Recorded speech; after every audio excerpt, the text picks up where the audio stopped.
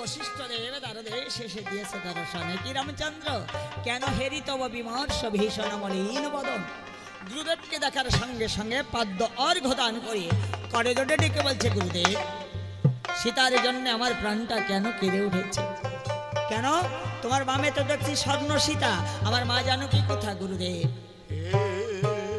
সে বড় দুঃখের কথা, দুর্মুখ ধোপার কথায় পঞ্চম মাসের গর্ভাবতী অবস্থা আমি সীতাকে দিয়েছি বনালয়। মূর্খ রাজা তুমি, তুমি কি জানো না রাম সেই যে মা জানো কি সে তো জগতের লক্ষ্মী, সেই জগৎ লক্ষ্মী সীতাকে দিয়ে বনে কি সুখে রাজত্ব করছে রামচন্দ্র অযোধ্যা ভুবনে। তোমার মতো মূর্খ রাজা রাজ্যে আমি এক দণ্ড বিলম্ব করবো না, এই আমি প্রস্থান নিলাম। অভিমান বশত গুরুদেব যখন চলে যায়, রামচন্দ্র ছুটে গিয়ে ধরেছে গুরুদেবের যুগল পায়, ক্ষমা মম অপরাধ গুরুদেব। না, তোমাকে ক্ষমা করা যায় না। একে তো তুমি ব্রহ্মহন্তাকারী পাতকী, তাহে দিয়েছে জগৎ লক্ষ্মী সীতাকে বনে। গুরুদেব অসহায় নারী সীতাকে বনের জন্যই করেছি ভারী, কিন্তু ব্রহ্মবদে পাতকী কেমন করি এইটা তো বুঝতে নারী। কেন? তুমি যে রাবণ কুম্ভকর্ণকে বধিয়াছ আপন করে, সেই রাবণ কুম্ভকর্ণ ছিল উত্তম ব্রাহ্মণ এই সংসারে। নাভি পদ্মে পদ্মজনী তার পুত্র কুলস্তমণি বিশ্বস্বা তাহারি তনয় দশনন তাহারি সুত, ত্রিজগতে আছে বিদিত ব্রহ্মবংশে তাদের জানো।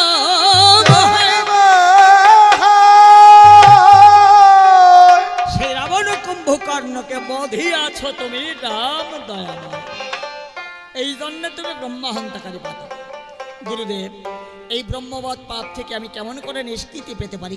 শোনো রামচন্দ্র, ব্রহ্মবৎ পাপ থেকে নিষ্কৃতি পেতে যজ্ঞ ব্যক্তিতে পরিণত হতে তোমাকে যজ্ঞ করতে হবে। আমি কি যজ্ঞ করব গুরুদেব?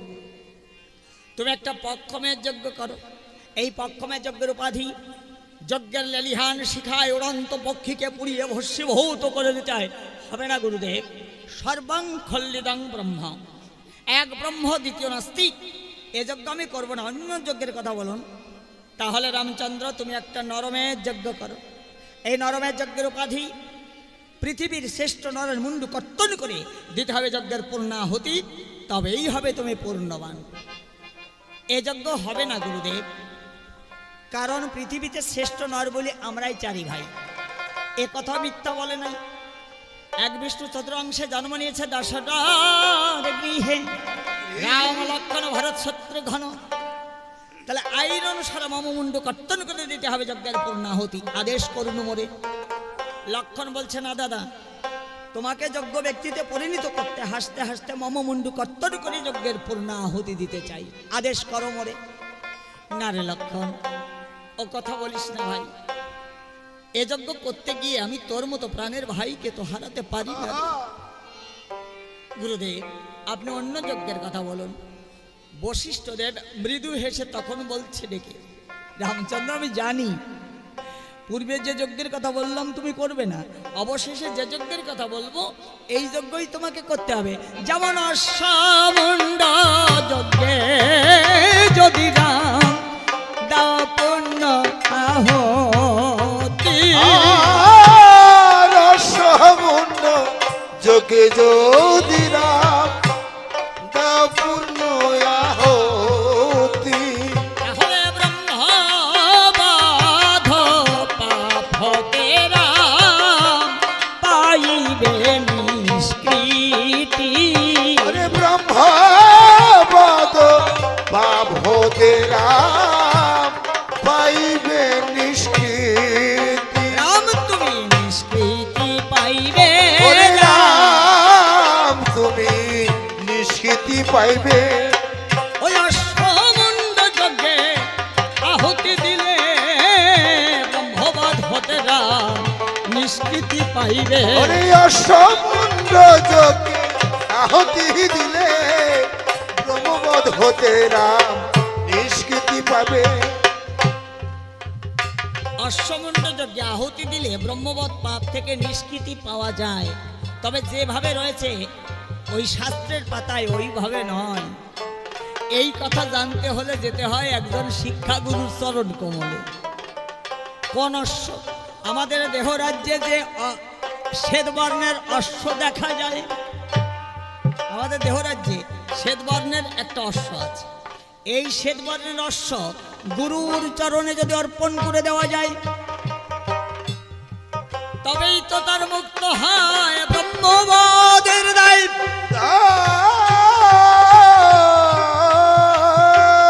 কোন কোন কথা আছে ইঙ্গিতে বলে যেতে হয়, পরিষ্কার করা যায় না। কেউ বুঝলেও ভালো, না বুঝলে আরো ভালো। যে কথা বললাম, আমি আলোচনা করব অষ্টম বর্ণের অশ্ব। অষ্টম বর্ণের অশ্বের মানেটা কি? অষ্টপাশ মুক্ত যিনি, অষ্টম বর্ণের অশ্বের মহাজন তিনি। অষ্টপাশটা কি? আমার আমিত্ব, আত্মহংকার, হিংসা, নিন্দা, কামনা, বাসনা, পরচর্চা, পরশ্রীকাতরতা। এই অষ্টপাশ মুক্ত না করতে পারলে তার প্রাণের নৈবেদ্যাদি কোনদিন পৌঁছায় না ভগবান চরণ কমলে। কোথায় আছে অশ্ব? অমরতিপুরে শৈবালপতি মহারাজ। ওই শৈবালপতিকে কেন দেখানো হয়েছে? এর কারণটা কি? এটা হচ্ছে দৃষ্টান্ত, তুমিও ঐরূপ হও, তুমিও ঐরূপ হও। তাহলে কি হবে? ভগবানকে তোমার ডাকতে হবে না, ভগবান আসবে তোমার কাছে। শিশির ঘোষের অমিয় নিমাইচরিতে একটা কথা বলা হয়েছে, তুমি ভগবানকে ডাকবা, কথা বলো না, কথা বলো না। তুমি ভগবানকে ডাকবা, তোমার ডাক তো এই বাড়ি থেকে ওই বাড়িও যায় না। তাহলে গোলক বৃন্দাবনে তোমার এই কণ্ঠস্বর কেমন করে পৌঁছাবে? ভগবানকে তোমার ডাকতে হবে না, ভগবান যে প্রতিনিয়ত তোমাকেই ডেকে চলেছে, ভগবানের এই ডাক শ্রবণ করবার মানুষে দোকান পেতে থাকো যে ভগবান ডাকছে। এইখানেই মীমাংসাটা।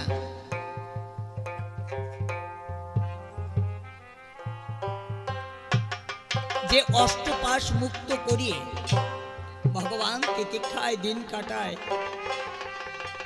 ভগবানকে তার ডাকতে হয় না, ভগবান তার কাছে যায়। কে যাবে? অশ্বন্তে কে যাবে? লক্ষণ। লক্ষণে কেন যাবে? লক্ষণ মানেটা কি? লক্ষণ মানেটা হচ্ছে লক্ষ্য। লক্ষণ, লক্ষ্য কিসের লক্ষ্য হলো? ওই যে ভক্ত আছে তিতিক্ষায়, ভগবানের অপেক্ষায়।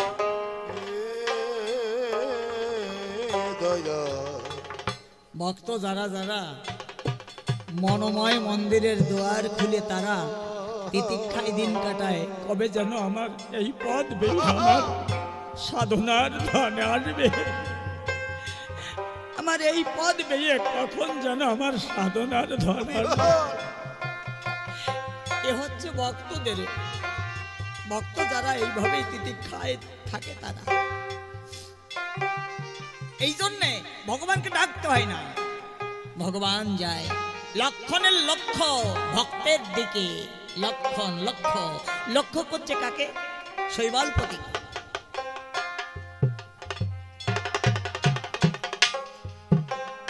অমরতিপুরে গিয়ে শৈবালপতির চরণে করেছে প্রণাম।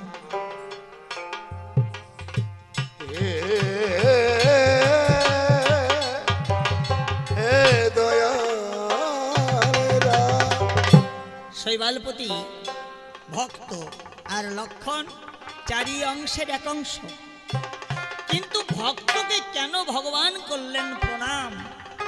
এইটাই তো কায়দা। ভক্তের মান ভগবানই দেন, ভগবান মান না দিলে কেউ মানি হতে পারে না, এ ভূমণ্ডলে কেউ না।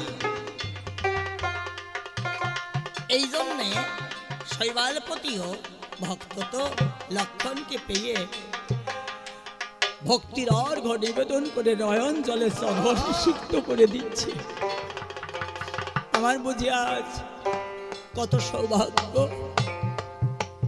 ঠাকুর লক্ষণ এসেছে। ঠাকুর লক্ষণ এতদিন পরে প্রভুর বুঝি অবাগার কথা মনে পড়ে, তাই তো তোমাকে পাঠিয়েছে আমার ধারে। বলো কিসের কারণ? শৈবালপতি, তোমার নাকি আছে অষ্টম বর্ণের অশ্ব, আমার দাদা করবেন অশ্বমেধ যজ্ঞ, সেই অশ্বটি দান করো তুমি আজ আমার।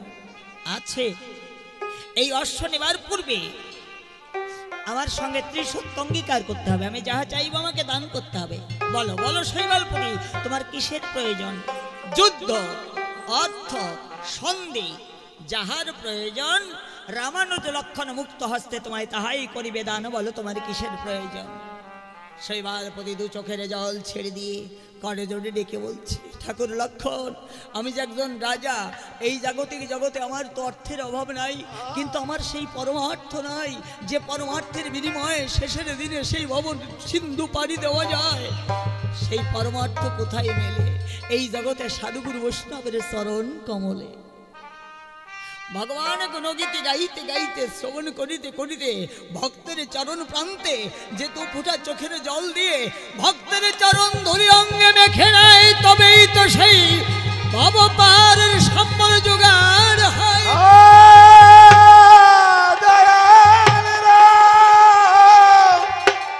দীনবন্ধু দীনবন্ধু, তাহলে ভক্তের চরণেই পাওয়া যায় পরমার্থ।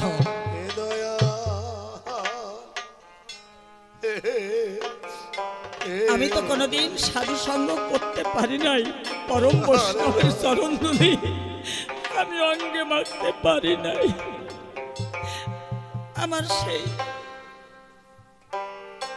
ভক্তির অর্ঘ্য নিবেদন, ভক্তির অর্ঘ্য জোগাড় করতেও আমি পারি নাই।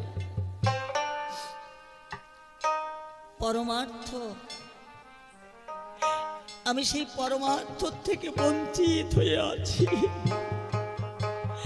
এই জগতে কারো সঙ্গে আমার যুদ্ধ বিগ্রহ হয় না। তাই তো হয় একজন কৃষ্ণ ভক্ত আর একজন কৃষ্ণ ভক্তকে পেলে জয় রাধে গোবিন্দ বলে তাকে বক্ষে নেয় তুলে, একজন হরিভক্ত আর একজন হরিভক্তকে দেখলে জয় হরিচাঁদ গুরুচাঁদ বলে বক্ষে নেয় তুলে, নয়ন জল ফেলে।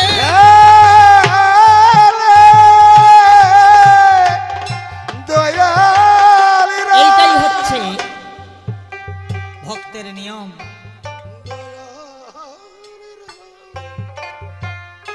ঠাকুর লক্ষণ, জাগতিক জগতের আমি কিছু চাই না, কিন্তু আমি না চাইলেও তো পাবো না। এই যে সাধুগুরু বৈষ্ণব যারা জাগতিক জগতের কোনো অর্থ তো চায় না, তারা তো চায় সেই পরম সম্পদ। আমার এঘর বাড়ি, আমি একদিন এসেছি এই জগতে, একদিন এসেছি, একদিন আমাকে জগৎ ছেড়ে চলে যেতেই হবে। আমার এঘর বাড়ি, পুত্র কন্যা, ঘরের নারী, আত্মীয় স্বজন সবাইকে ছাড়ি একদিন সেই ভব নদীতে দিতে হবে পারি। সেদিন আমি ডাকি বা না ডাকি রাম কমলা খে জানো না দায় ফাঁকি, নিজ গুণে কৃপা করে নিজ হস্তে বৈঠা ধরে যেন সেই ভব সিন্ধু আমায় পার করে দেয়।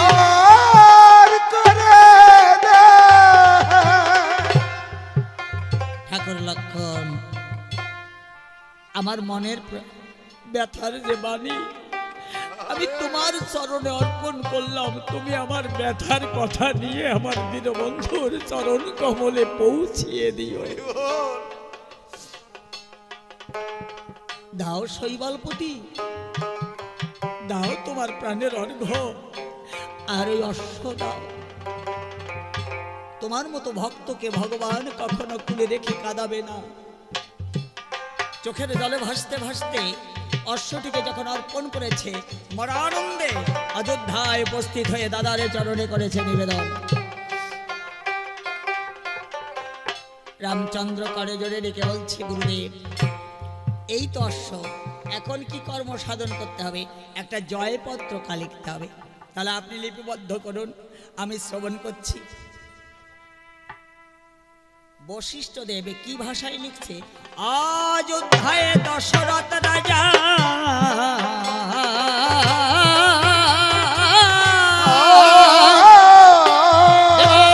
গন্ধর্ব করে তার পূজা,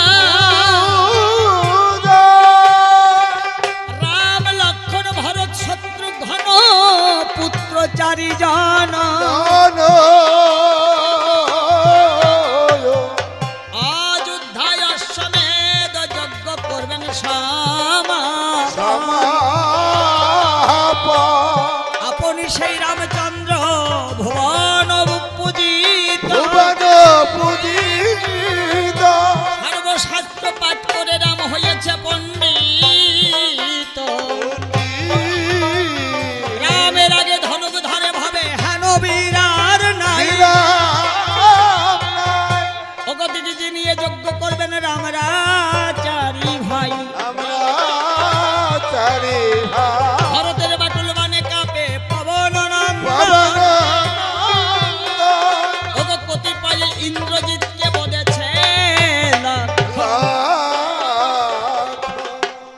অবশেষে লিখছে অহংকারে লিখলাম পত্র অখিলের পতি, এই অশ্ব বাঁধিবে যার মাতা হবে সতী, সতী মায়ের পুত্র হইলে অশ্বটি বাঁধিবে, অসতীর পুত্র সবেদে ছেড়ে দিবে, অশ্ব বাঁধিয়া যে জন ছেড়ে দিবে ডরে, গাদা হয়ে জনম লবে গাধিনী রুদনে।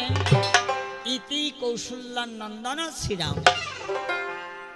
পত্রখানা লিপিবদ্ধ করে যখন রামকে অর্পণ করে রামচন্দ্র দেখতে পায় অবশেষে যাহা লেখা রয় যুদ্ধ অবসম্ভব। ভাগ্যের উপর নির্ভর করে ডেকে বলছে যাও লক্ষণ চতুর্দে জয় করে এসো, সকলের কনিষ্ঠ ভ্রাতা। এইভাবে